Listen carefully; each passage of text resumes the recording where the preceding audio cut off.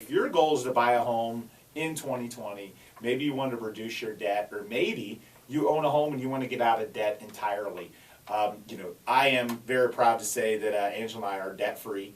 Besides we have credit cards that we run business expenses through that we pay off every month, but we celebrated not long ago. In addition to having all these awards, we are debt free. We paid off our building, paid off our house, so it's a blessing and definitely something that is a huge relief not to have to worry about some of those things. And it's not right for everyone. There are some people that are leveraged people and would rather use the bank's money, and there are other people that would say, I saw what happened in the mid-2000s to a lot of people that did a lot of leveraging, and I don't want to go down that path. I don't want to take that risk. So to each his own. But if you're someone that wants to get out of debt, here are some tips for you. The first thing you got to do is understand your debt. You got to get organized. You got to know what your debts are. A lot of people that are in debt really don't even know how in debt they are. Absolutely. And I think when you say get organized, you also want to organize the debt by the amount that's owed, the interest rate that's owed, any prepayment penalties. You want to document, kind of categorize your debt so you can determine what you attack first. Now, a lot of people will say, there's a couple different arguments about how to knock down the debt. The other thing that you want to do is you want to determine, do you have any invalid debt? Does your credit report show you owe money to someone that you don't really owe money to? Is there a medical bill on there that you paid or that you're not responsible for? Is there a debt that didn't get a satisfaction recorded?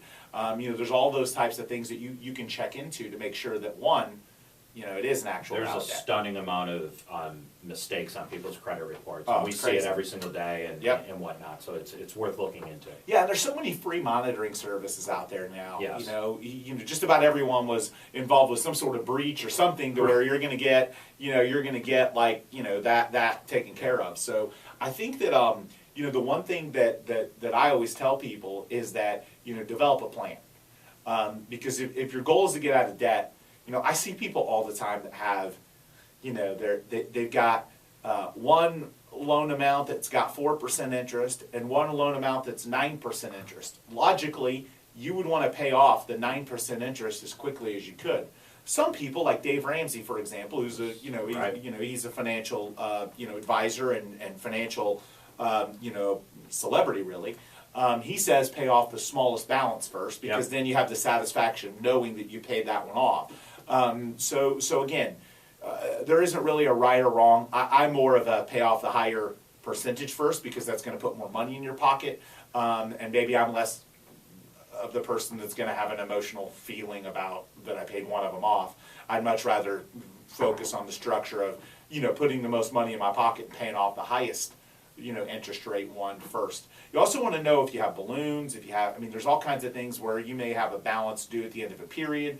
So you got to know your debt, you got to organize it, then you got to develop a strategy. Yeah, I think you hit it on the head. You just have to have a plan. You got to know what you have, and you have to have a plan. I had a friend of mine reach out to me this week, and he said, he runs a business up in Ohio. He owns a couple restaurants and everything else, and he had a second mortgage that was getting ready to balloon. And he's like, I knew it in the back of my mind, but it was 15-year balloon, and now all of a sudden it's going to be here in a month, and he needs help. So you got to know, you got to pay attention to it. You got to take the time to be looking at what you really have.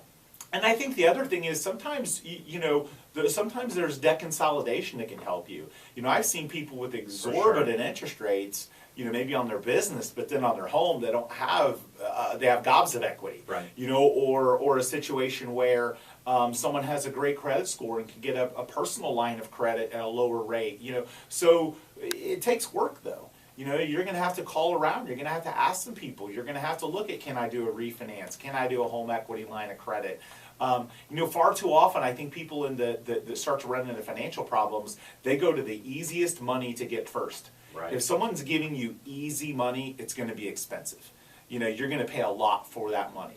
So if someone says, "Oh yeah, I'll give you a loan. We'll sign a prom note." And they didn't check your credit or look at your income. It's maybe not going to be great terms on that loan. So, the reality is that a lot of people, are in a place where, they don't understand that. They don't take that into consideration. So I think that, you got to have a plan. You got to know what your debts are. In my opinion, go after the highest interest rate debt first. That doesn't necessarily even mean paying it off. You might be able to consolidate that into, the lower interest rate. You might have a 4% and a 9%, and you might find somebody that'll give you 7%, Right. Or 6%, Yeah. So, and then you lump it in, and it ends up being better for you. So there's a lot of different things that you can do. Another thing is, accelerating your payments. So if you have a mortgage, there programs out there. You make an extra mortgage payment a year or extra mortgage payment every quarter, and you're knocking down principal there. Yeah, most of the mortgage servicers out there will allow you one an easy way. A lot of people, because they get paid every other week, they'll do a bi-weekly payment to their mortgage, and so instead of paying your mortgage of, say, it's $3,000 a month, once a month, you pay $1,500 every 2 weeks. Well, You're gonna over make the some course extra of a payments. year, you make an extra payment, and depending on the loan balance and the interest rate and some other things, but that can knock 5 or 6 years off of your mortgage at the end of at the end of the term. And so on a 30-year mortgage, 6 years of payments, Right. it ends up being tens of thousands of dollars. And people are like, oh, and I just have to make it every other week, and that's easy for them. Yeah. And so it's Very easy. small bites. So of there that. are some simple things. Again, you just got to have a strategy and a plan. So we'll be back continuing this conversation about the Tampa Bay real estate market here on the Duncan Duo Show after.